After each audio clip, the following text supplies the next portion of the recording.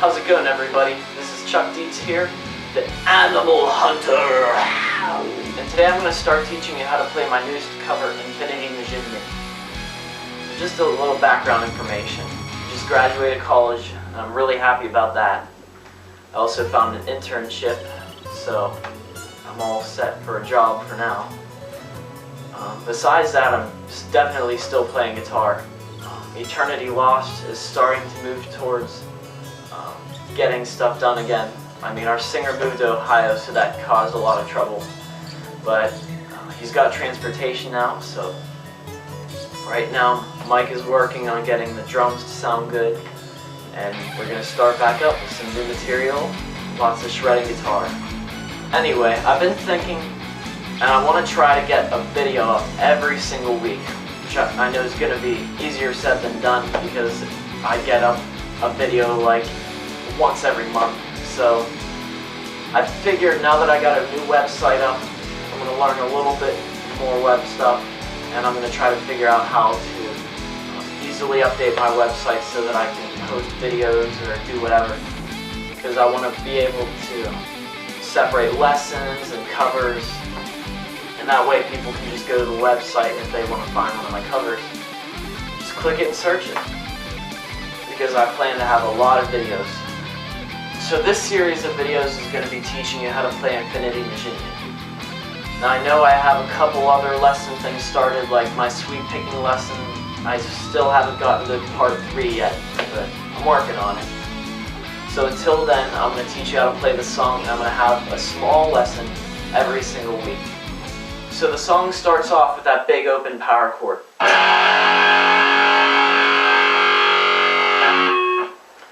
Now to move down, I shift my hand down a little bit, and I use my ring finger on the 4th fret and my pointer on the 2nd fret to go like this. If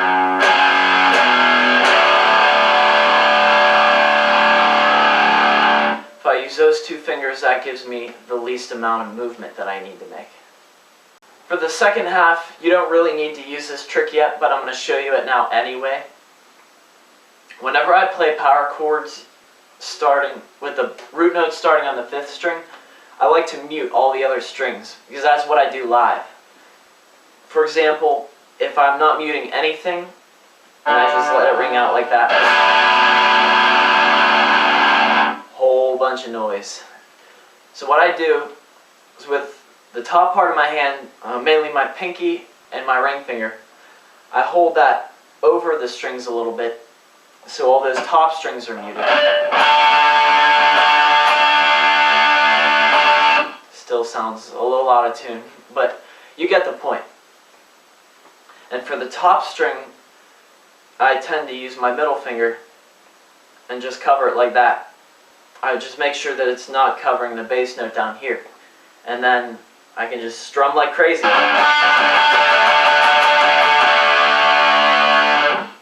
Of course, making it sound good, it would be like this. Holy crap. Give me a second, I'm going to tune. A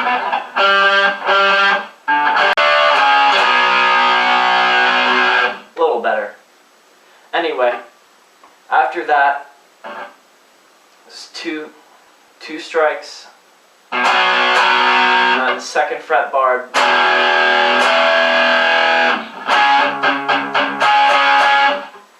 Now for this palm muting part, you want to take a little bit of time and make sure that you get a really nice chunky palm mute. So if your hand's back here too far, it'll kind of sound open still. So. But if you have your hand over here too far, then you get like this really muddy sound. Right, that was an exaggeration, but more like. So we're looking for just this really nice, right about there. And that's what you want your palm muting to sound like.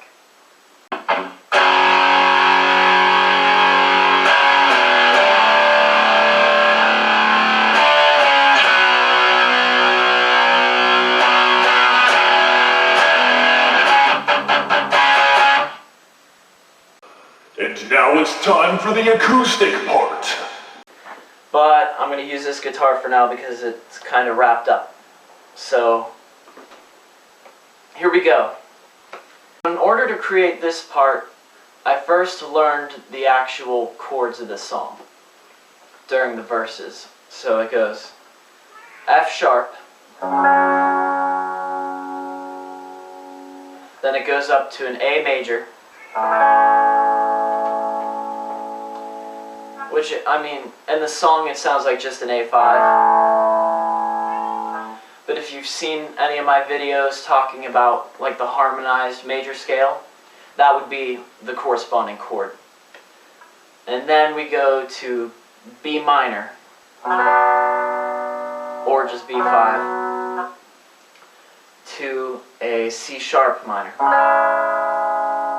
or C5. For whatever reason, open string chords sound really good on acoustic.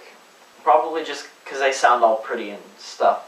So I took those chords and I sort of devised a way to keep these strings just ringing out the whole time, since they are part of the F sharp minor scale. So what I did is I took that F sharp chord, there's two F sharps right there. Since it's an F sharp minor, you got a minor third, and then just add the two top. And now the chord name for that, I think that's like an 11th or something. I forget.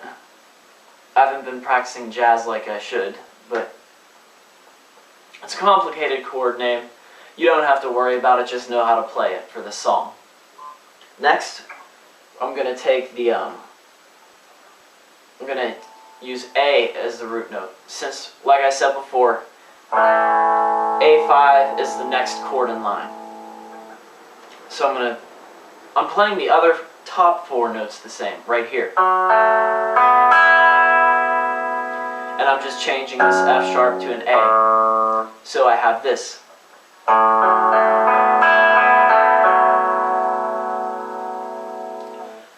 And then I keep moving on up. So I take that A up to a B. And I still play those four notes.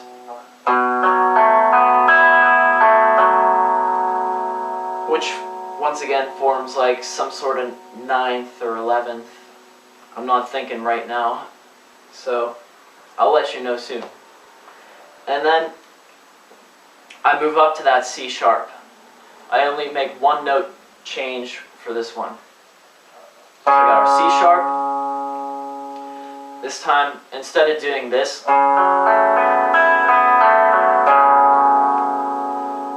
I just move this note down a whole step, which would make it the minor third of C sharp. The minor third is E. So you have this.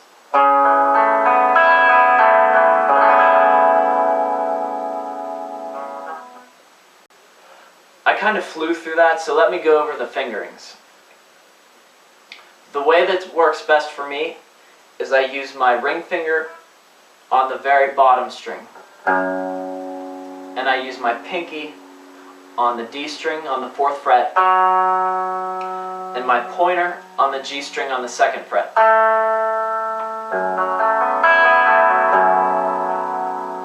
And I keep those fingers, these ones right here, I keep those anchored the first 3 chords, and then for the last one, I'll show you.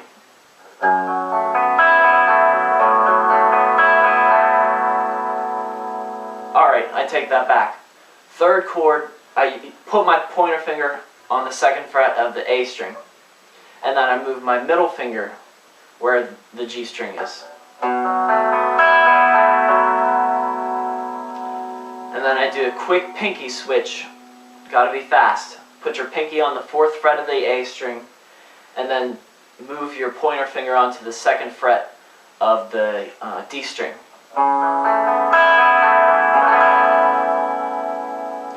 And there you have prettiness.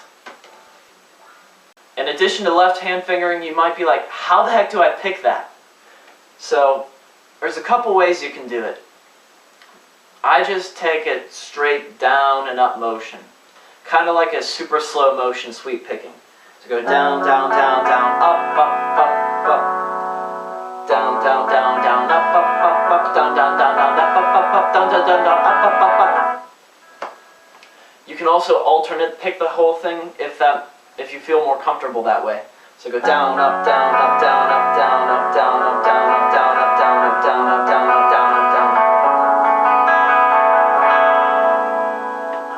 Like I said, whatever way you feel comfortable. If you don't feel comfortable with either way yet, try them both.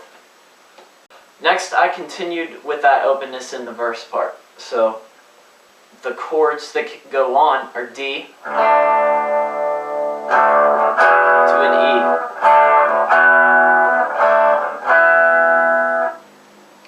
And so I just played more open arpeggios, just using those triads that I've referred to in other lessons, with the two open notes at top. So it sounds like this.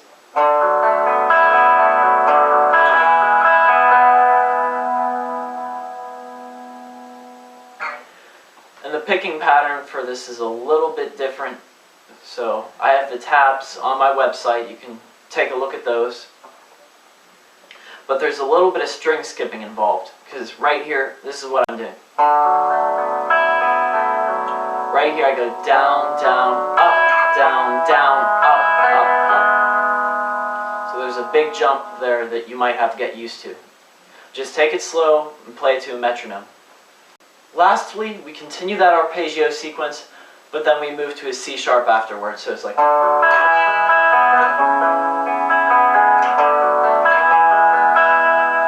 And you heard there's a little string jump there. So we're going down, down, down, up, down, down, down, up. Once again, that's just something that you'll have to get used to. I had to get used to whenever I started playing it, although it only took me a few days. But not bragging, really. And then you just start off slow, like this fast.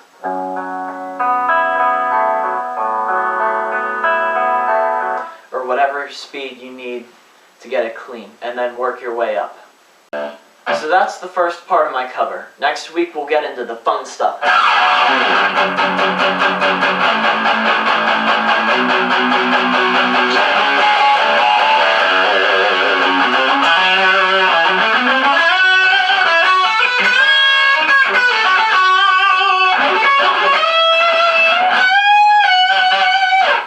Or something like that. Thanks for watching, and see you guys next time.